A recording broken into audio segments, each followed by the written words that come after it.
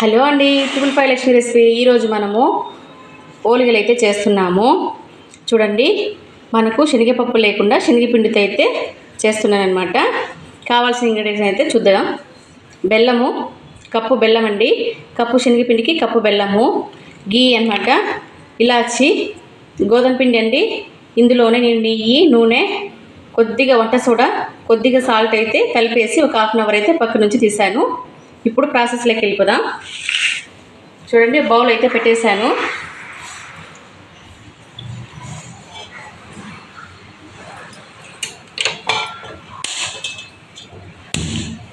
చూడండి, బౌల్ అయితే పెట్టేశాను. ఇందులో నెయ్యి అయితే వేసుకుందాం.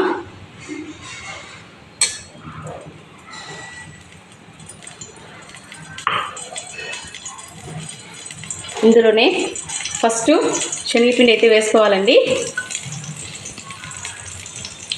కొద్దిగా దోరగా అయితే వేపుకోవాలి, అప్పుడే చాలా టేస్ట్ అన్నమాట.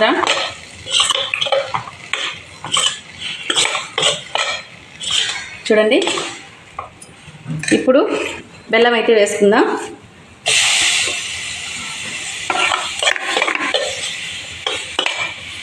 కొద్దిగా వాటర్ కూడా వేసుకోవాలి.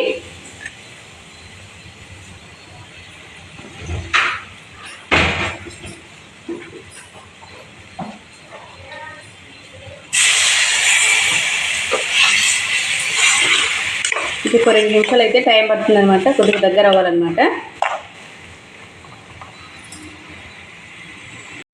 చూడండి, ఇప్పుడు ఇలాచి పౌడర్ అయితే వేసుకునేద్దాం. చూడండి, దగ్గర పడింది అనమాట. ఇప్పుడు స్టవ్ అయితే ఆపుకునేద్దాం. చల్లారనివ్వాలండి. చల్లారనిచ్చి పూర్ణం అయితే మెత్తగా చల్లారిపోతుంది అనమాట. తర్వాత ఓలిగలుగా అయితే చేసుకునేద్దాం.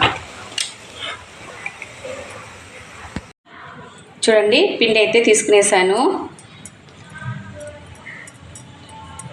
ఇప్పుడు ఇందులోనే మనం ఇక్కడ చేసుకున్న పూర్ణం అయితే కూడా ఇందులోనే పెట్టుకునేద్దాం.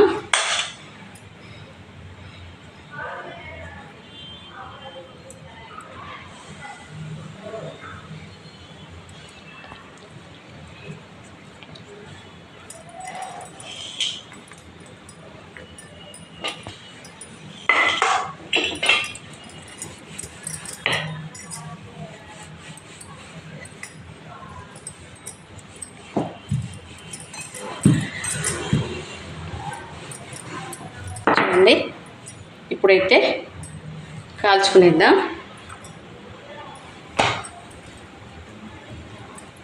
నెయ్యితో 2 వైపులు అయితే కాల్చుకునేద్దాం. చాలా అంటే చాలా టేస్ట్గా ఉంటుందండి. మీరు కూడా ట్రై చేయండి, లైక్ చేయండి, సబ్స్క్రైబ్ చేసుకోండి.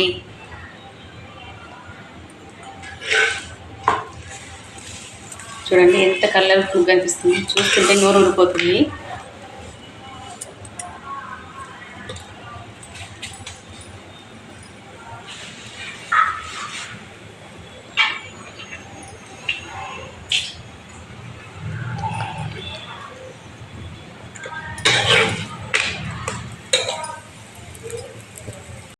చూడండి, నెత్తితో 2 వైపులు అయితే కాల్చుకునేసాము.